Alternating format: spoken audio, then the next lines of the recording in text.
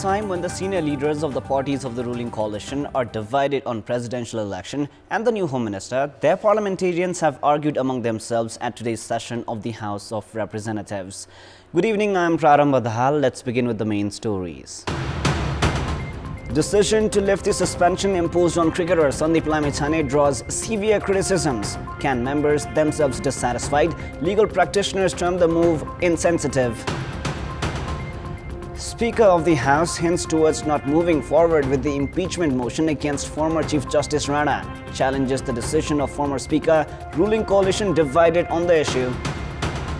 Standard of school education degrades further. 70% students of grade 8 lack basic understanding of their courses. Lack of specialized teachers and politicization identified as issues. And Cricket Association of Nepal sets new grades of players, removing 6 players in women's category. 4 players included for the first time in the men's segment. Despite the verdict of the High Court pardon to release cricketer Sandeep Lamithane, who is alleged of raping a minor, on bail of 2 million rupees with terms and conditions, the case against him is still in progress. Expressing concern over the High Court decision to release Lamithane, Office of the Attorney General has already moved the Supreme Court. On the same day, Cricket Association of Nepal can lifted the suspension imposed on Lamithane. Saying the decision is a major setback for the minor, Can is now facing severe criticisms. Despite existing evidences against Lamithane, High Court pardon had said that there was no basis for holding him in judicial custody while additional investigations continued and had released him on bail. While there are no legal provisions to release anyone alleged of rape on bail, the High Court had released Lamithane on a bail of 2 million rupees on January 13. The court, however, has barred Lamithane from travelling abroad and directed him to report to the police while leaving Kathmandu. The Office of the Attorney General has termed this decision of the High Court flawed and moved the Supreme Court on Wednesday. Not even an hour had passed since the move of the Office of the Attorney General when Can's working committee meeting held in Pokhara on Tuesday decided to lift the suspension imposed on Lamithane. However, members of the working committee themselves have stated that the suspension should not have been lifted on ethical grounds, while 7 Can Central members had boycotted the meeting. Legal experts have also paid their interest in the lifting of the suspension. They are of the opinion that Can, being a responsible department, had to assess the impact of the decision regarding a sensitive issue on the society. Based on international practices, athletes facing rape charges are suspended until a final verdict is issued. A recent example is Mexican club Puma's termination of the contract of Dani Alves after he was alleged of sexual abuse. Defender of Manchester City Benjamin Mendy was also alleged of 9 counts of sexual abuse and rape. While he has been cleared in 7 cases, 2 cases still remain and he is still under suspension. The meeting between Prime Minister Pushpa Dahal and CPN-UML Chair KP Sharma Oli that dwells on the candidate for the upcoming president's election and the appointment of the Home Minister ended inconclusively today. Sources have said both the leaders remained firm in their stances at the meeting held at the Prime Minister's official residence in Balutar. According to the Premier's political advisor Haribol Gazril, Oli had claimed that Home Ministry should be returned to former Minister Ravi Lamithane as per the previous agreement between the alliance partners. However, Premier Dahal had denied Oli's request, saying that the full text of the Supreme Court's verdict on Lamithane's case had yet to arrive and appointing Lamithane to the post again would be conflicting. In several rounds of meeting with both Oli and Dahal, Lamithane has been claiming his stake at the Home Ministry and has been saying he will face any complications that follows his reappointment. Since the verdict by the Constitutional Bench, Premier Dahal has remained indecisive on the post of Minister for Home Affairs. Lamithane's Rashtriya Swatantra Party has been threatening to withdraw its support from the government if Premier Dahal does not reappoint him to the ministry. Meanwhile, ruling coalition parties have also failed to reach a consensus on the candidate for the election of president after Maoist Senra said Nepali Congress should also be consulted before deciding on it. Now, 3 weeks have gone by since the beginning of the new term of the House of Representatives. The House session, which began on January 9, has not received any business from the government. A decision regarding the impeachment motion against former Chief Justice Cholendra Shamsher Rana is yet to be made as well. Now, parties in the ruling coalition are divided on the impeachment motion, with main parties CPN-UML and CPN Maoist Center polarized on the topic. Previous term of the House of Representatives ended without concluding the impeachment motion filed against the erstwhile Chief Justice Cholendra Samsher J.V. Rana on February 13 last year. The Impeachment Recommendation Committee assigned the responsibility of concluding the issue to the new term of the House. Speaker of the House holds the authority to decide on whether or not to proceed with any bill. The new Speaker does not seem interested in taking forward the impeachment motion. Former Speaker Agni Sapkota has stated that a formal decision had reached regarding conclusion of the impeachment motion against Rana from the new House term. Impeachment motion against J.V. Rana was highly politicized when it was filed, while political parties continue to remain divided on the issue. Current Speaker Devraj Ghimire and former Speaker Agni Sapkota are also divided on the topic. Both Ghimire and Sapkota were elected as House Speakers with the support of same parties. Ghimire was the candidate of CPN-UML, while Sapkota was elected from the erstwhile Nepal Communist Party. Their current parties, UML and CPN Center, are still in collaboration in the ruling coalition. However, the two parties are on different pages regarding the impeachment motion. Parliamentarians of the parties in the ruling coalition argued among themselves at today's session of the House of Representatives.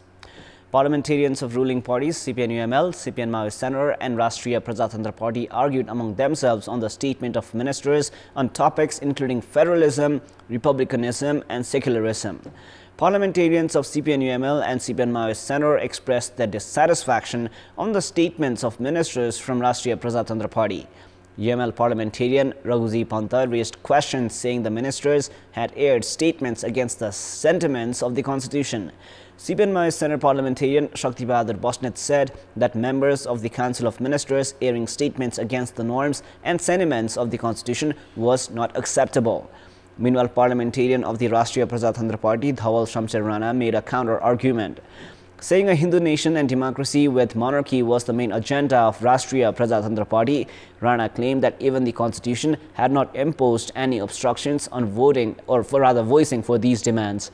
Parliamentarian Rana also warned other parties and lawmakers not to undermine Rashtriya Prajatantra Party. Another parliamentarian of Rashtriya Prajatantra Party, Gyanendra Bahadur Shai, demanded making public the findings from the public poll on secularism before the endorsement of the Constitution of Nepal. Meanwhile, saying the incidents of self-immolation were increasing, parliamentarian Amresh Kumar Singh drew the government attention in this regard. He also demanded formation of a separate commission for investigation into the matter.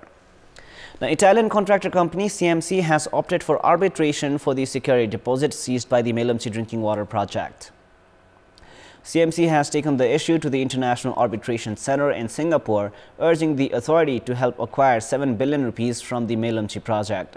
The Arbitration Center has sent a letter to the Melamchi Project Committee in December last year. However, the issue has been made public only recently. The committee has yet to respond to the letter. The authorities of the Melamchi project have planned to respond to the letter after the required revisions are made in the correspondence.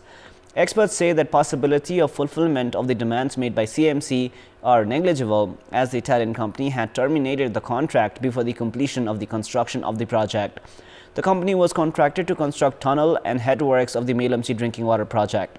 The government had terminated the contract by issuing a 15-day ultimatum in the year 2075 of the Nepali calendar after the CMC went out of contact without fulfilling its work.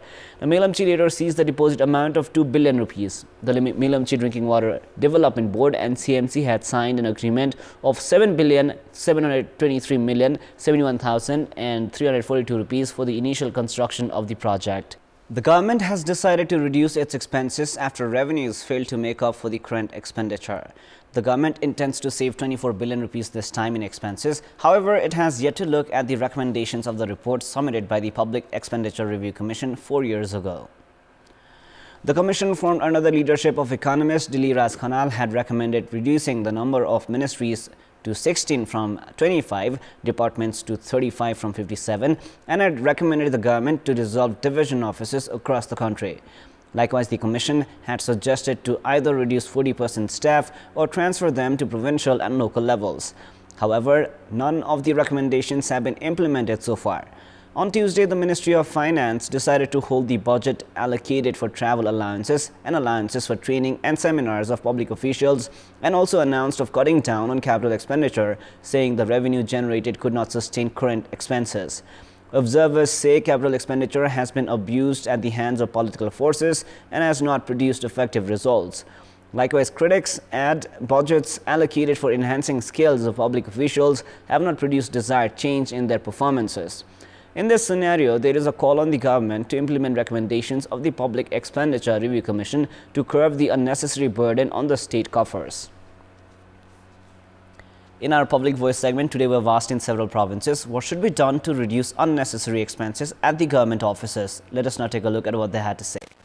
Public Voice. अनावश्यक कर्मचारी राख्दा खर्च मात्रै बढ्छ जुन त्यहाँ जति जरुरी छ त्यति मात्रै कर्मचारी राखिदियो भने करारमा जुन एउटा कोटा आफै यो उसमै खोल्छ नि यो चाहिँ बन्द गर्नुपर्छ वैदेशिक भ्रमणलाई कम गर्नु पर्यो भत्ता घटाउने भिजा घटाउने अनावश्यक सेवा सुविधाहरू घटाउने आवश्यक यातायातका साधनहरू आवश्यक पर्ने जति राख्नु पर्यो कर्मचारी र जनप्रतिनिधिहरूमा आत्मनिष्ठ र इमानदारिता हुनुपर्छ अनावश्यक रूपमा खोलिने यी दरबन्दीहरू चाहिँ रोक्नु पर्यो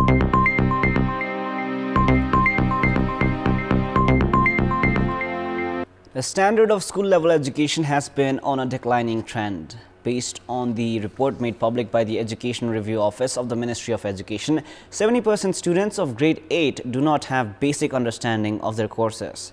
The finding has raised questions on the government investment in education.